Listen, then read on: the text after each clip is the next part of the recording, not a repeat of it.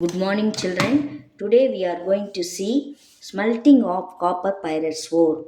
The copper pyrites ore is taken in reverberatory furnace and heated. It is the temperature here is above the melting point of the copper. Okay, the copper pyrites ore reacts with oxygen and forms iron sulfide and cuprous sulfide.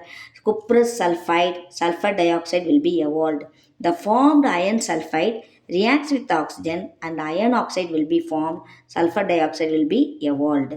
The listen, along with the copper pyrites ore, silica also there. The silica reacts with the iron oxide and iron silicate will be formed as a slag. It will be removed. Okay. Next one, the cuprous sulfide reacts with the oxygen. A part of the cuprous sulfide will be converted into cuprous oxide. Understood all of you? Sulfur dioxide will be evolved.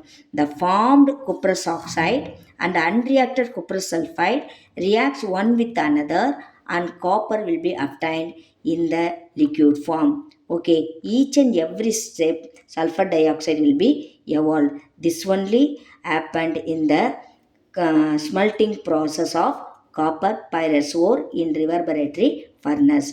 Thank you, children. Subscribe it, like it, and share.